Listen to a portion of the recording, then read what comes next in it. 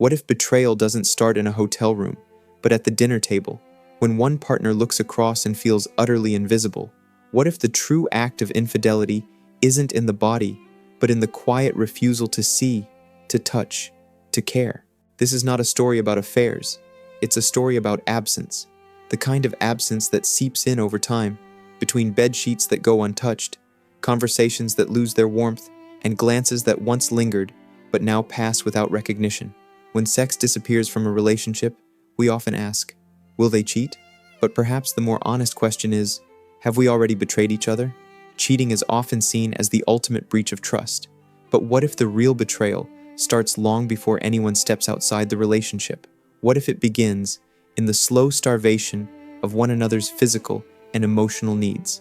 In this quiet erosion of intimacy, we find a kind of suffering that few are brave enough to name, because naming it would mean confronting the uncomfortable truth that love does not always mean closeness, and loyalty does not always mean fulfillment. Philosopher Friedrich Nietzsche once wrote, "It is not a lack of love, but a lack of friendship that makes unhappy marriages." But what happens when even friendship is no longer enough, when companionship persists, but the heat, the longing, the affirming fire of desire is gone? Can we still call it love? Or are we merely actors performing the rituals of affection with no pulse behind them? Sex in a relationship is not just about pleasure. It is about being seen, being chosen again and again in a world full of indifference. It's a language that says, I desire you, I cherish you, you matter to me. When that language is silenced, the silence can feel like abandonment, not loud or dramatic, but subtle, cumulative, and devastating. Many who find themselves in sexless relationships don't cheat out of lust. They cheat out of loneliness. And in many cases, they cheat after years of being the only one who tried to fix the distance. They communicate, they ask, they plead. And over time, when those needs are ignored or dismissed, something hardens in them. A part of them gives up, not because they want to, but because hope has been quietly extinguished. It's in that hollow space that temptation whispers. And for some, the line between right and wrong becomes blurred not by impulse, but by despair. But here lies the real dilemma. Is seeking intimacy outside the relationship a betrayal? Or is withholding intimacy within it the first betrayal? Søren Kierkegaard, the Danish existentialist, once said, "The greatest hazard of all, losing oneself, can occur very quietly in the world, as if it were nothing at all." And isn't that what happens to so many in long-term relationships? They lose themselves, first in compromise, then in silence, and eventually in a love that feels more like a polite arrangement than a living, breathing connection. They stay because they care, but they ache because they are no longer truly alive in the relationship. And this ache becomes a haunting kind of betrayal, the betrayal of one's own need for intimacy, passion, and affirmation. So, who really betrayed whom? The one who stepped out, or the one who stayed silent while the relationship dried up and cracked under the weight of unmet needs? It's not a simple question, and this isn't about justifying cheating. Infidelity can shatter trust, break families, and inflict deep emotional wounds. But it's also not as black and white as we'd like to believe. Sometimes, the act of cheating is not about the sex at all. It's about feeling like a person again, feeling wanted, feeling seen. And while that choice may be wrong, the suffering that led to it often goes unacknowledged. In many sexless relationships, people don't cheat because they are bad partners. They cheat because they've been starving for years, emotionally, physically, spiritually. And when the person they love continues to turn away, they begin to wonder, is this what commitment means? Is this what I signed up for? A life where I am constantly giving, but no longer receiving?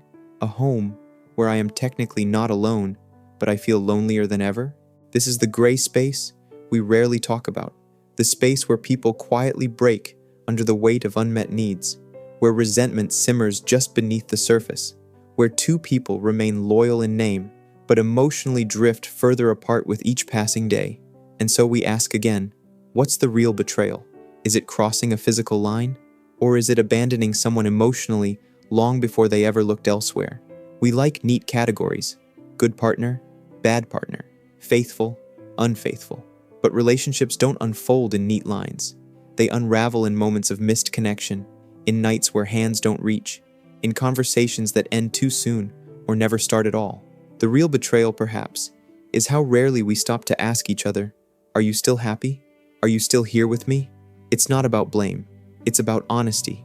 Because the moment we stop being honest about our needs, our pain, our desires, we invite the very distance that we later call betrayal. We live in a culture that reveres loyalty, to stay, to endure, to keep the promise, even when the emotional reality no longer matches the original dream. We call that love, but when the heart is aching and the body untouched, what exactly are we being loyal to? The philosopher Erich Fromm once wrote, "Immature love says, 'I love you because I need you.' Mature love says, 'I need you because I love you.' But what happens when the love remains, yet the need is denied? When one partner still deeply longs for connection, and the other, through indifference, fear, or fatigue, withdraws? Is it still mature love? Or is it a kind of slow abandonment, one that doesn't break vows with loud betrayal, but with a quiet, persistent turning away? Most people don't enter a marriage or long-term relationship imagining they'll one day sleep beside someone who no longer desires them. They imagine passion, closeness, security. They imagine a life where being physically wanted remains part of being emotionally loved. And yet, for many, that fantasy fades, not because they stopped trying, but because their needs were quietly shelved, pushed aside in the name of patience, understanding, or compromise.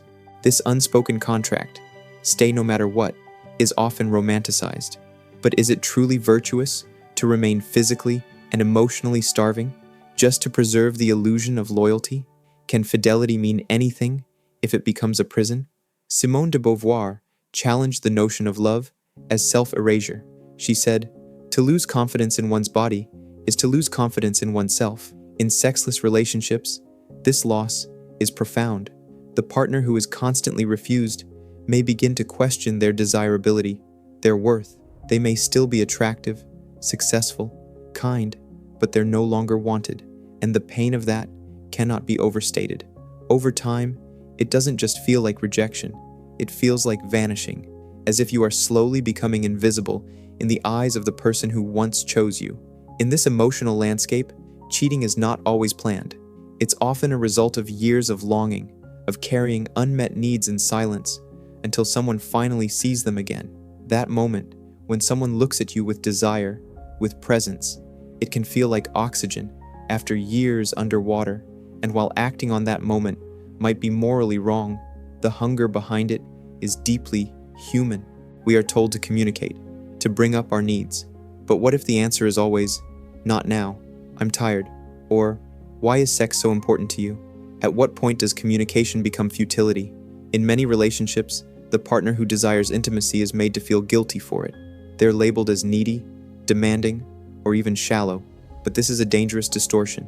Sex, when rooted in love, is not shallow. It's a way of being known, accepted, embraced. To desire that kind of connection is not a flaw. It's a basic part of being human. Yet, there is another side, those who withdraw. Their stories often go untold, but they matter too. Some lose their desire due to trauma, health, depression, or hormonal shifts. For others, emotional disconnection precedes the physical one. In many cases, they feel shame, confusion, or resentment, and they don't know how to find their way back. They stay, not to punish, but because they too are stuck. In their silence may be fear, guilt, or emotional exhaustion. So we're left with two people, one starving, the other frozen, one longing to be held, the other unable to reach out. Neither is evil, neither is without pain, but the longer this imbalance lasts, the more likely it is that someone will eventually step outside the bounds, either through infidelity or through quiet emotional withdrawal. Philosopher Alain de Botton once remarked, "Infidelity is not about sex, it's about loneliness." This reframes the conversation in a profound way. If someone is unfaithful, the betrayal is not just in the act, it's in the fact that they had to look elsewhere for something they once believed they would find at home. But what do we do with this truth? Do we justify the affair? Do we condemn the partner who withheld? Or do we acknowledge that both parties, in their own ways, failed to tend to the sacred fire between them? Perhaps the real betrayal is not when someone cheats, but when two people stop reaching for each other, when routines replace romance, when "I'm busy" becomes the new language of love, when years go by without passion, and both partners silently agree to coexist rather than connect. The danger of long-term relationships is not always boredom, it's neglect. It's assuming the other person will stay, no matter how little we try. And over time, that assumption breeds distance, until the relationship is no longer a sanctuary, but a silent agreement to survive without real closeness. There are no easy answers. Some couples find their way back. They talk, they cry, they rediscover one another. Others part ways, not out of anger, but out of mercy. And some cheat, then realize what they've done is not liberation, but a symptom of deeper sorrow. So, is it better to cheat or starve? Neither. The real answer is to speak, to reach, to act, before the need becomes unbearable, to acknowledge the pain before it leads to betrayal. Because once you step outside the relationship to meet needs that were never truly dead, only denied, the damage is often irreversible. We all want to be chosen, not once at the altar, but over and over again, in the ordinary moments, in the long years, in the hard seasons. We want to be touched not out of duty, but desire. We want to be loved, not just as a partner, but as a person, with needs, hunger, and fire. And when that disappears, the silence it leaves behind can be louder than any affair. Some betrayals are loud, a kiss in the dark, a name on a phone, a hotel receipt that doesn't belong. But others are quiet, averted eyes, a body that never reaches for you, years of sleeping inches apart, but feeling miles away. And in this silence, a question lingers like a ghost. Who betrayed whom first? Society tells us that to cheat is the ultimate betrayal. It is the headline sin, the reason for whispered conversations and legal battles. But philosophy invites us to go deeper, to ask, what does betrayal truly mean? And more importantly, what does it mean to be faithful? Fidelity, at its core, is not just sexual exclusivity, it's presence, it's care, it's the choice to continue seeing the other person, not just as a roommate or co-parent, but as a beloved. To be faithful is to tend, again and again, to the fragile bond that holds two people together. And when that tending stops, when emotional deserts stretch on for months or years, is it still fidelity? Or has the betrayal already begun, masked by the appearance of commitment? As the ancient Stoic philosopher Epictetus once observed, we are not disturbed by things, but by the view we take of them. In the case of sexless, stagnant relationships, the real turmoil is not just physical deprivation, it's what the absence means. It is perceived as rejection, abandonment, even punishment, and that perception becomes the emotional wound. We don't just crave sex for release, we crave it for reassurance that we are still lovable, still wanted, still chosen. And when the person who once touched us like a lifeline now turns away, we begin to question our very identity. The betrayal, then, is not just of the body, it is of the soul. This is why cheating, while morally complex, cannot be understood solely through the lens of judgment. It must be understood through the lens of context, of pain, of human frailty. That doesn't make it right, but it does make it real. Some philosophers argue that morality must bend to the nuances of lived experience. Friedrich Nietzsche, for instance, questioned rigid moral structures, suggesting that often what is labeled immoral is merely inconvenient to the social order. In this light, infidelity is not always a sign of moral failure. It can be a sign of desperation, of existential hunger, of reaching for aliveness in a life that has grown unbearably numb. Yet we must also ask, is that reaching fair to the partner who is unaware? If love has faded, if the needs have gone unmet for years, why not speak? Why not leave? Because the truth is, leaving isn't always easier, especially when love and history are tangled, when children are involved, when identities have been built around the we rather than the I. And so, many people stay, not because they are fulfilled, but because they are afraid of being alone, of starting over, of admitting that the dream has died. And in that fear, they sometimes reach for another, not to replace their partner, but to remember themselves. This is why the question, is cheating worse than starving, is so difficult. It forces us to confront uncomfortable truths, that love alone is not always enough, that desire fades, that even good people, loyal people, can find themselves in moral gray zones when their needs have long gone unmet. So how do we move forward?